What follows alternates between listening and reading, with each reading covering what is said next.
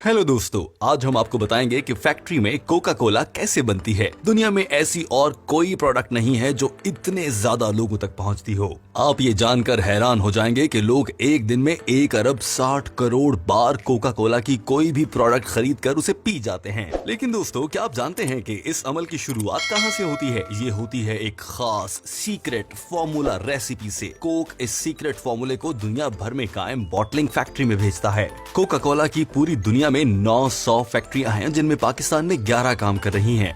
670 अरब dollar ये आलमी company हर साल इतनी ही लागत का कारोबार करती है।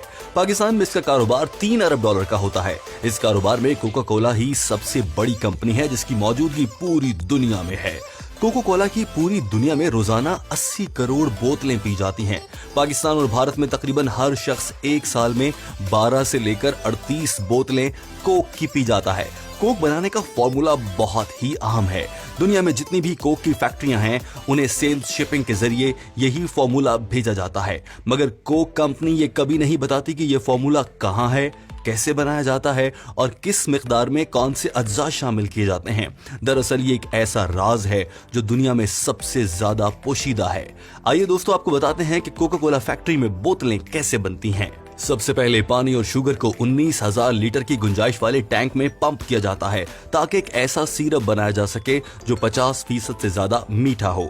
फिर एक क्लोज्ड सिस्टम के जरिए उसमें कार्बन डाइऑक्साइड को पंप किया जाता है, जिसके बाद बारी आती है शीशे की बोतलों को बनाने की। शीशे की बोतलों को बनाने के लिए सबसे पहले 75% रेत, 15% सोडियम कार्बोनेट, 10% लाइम सोडा और कुछ रिसाइकल्ड बोतलों को मिक्स करके रॉ मटेरियल बनाया जाता है और उस मटेरियल को 1500 से 1800 डिग्री सेल्सियस पर गर्म किया जाता है। इसको तब तक गर्म किया जाता है जब तक कि पिघल कर ग्लास बनाने के लिए तैयार ना हो जाए।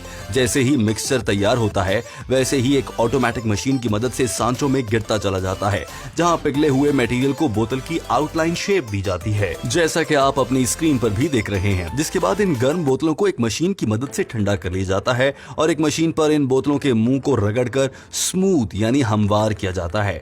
बाद में वॉश करके फिलिंग के लिए भेज दिया जाता है। यहाँ पर एक और काम हो रहा है।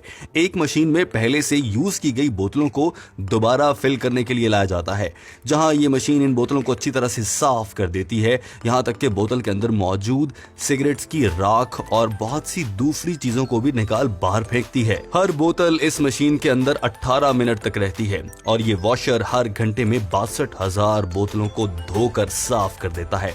जरा इस वॉशर को देखें कि ये कैसे काम कर रहा है। अगले मरहले में बोतलों में कोका कोला भरी जाती है। ये मशीन 800 बोतलों को 1 मिनट में भर देती है। यहाँ सबसे पहले मुश्किल काम प्रेशराइज मशरूब की बोतलों को जल्द से जल्द भरने का है।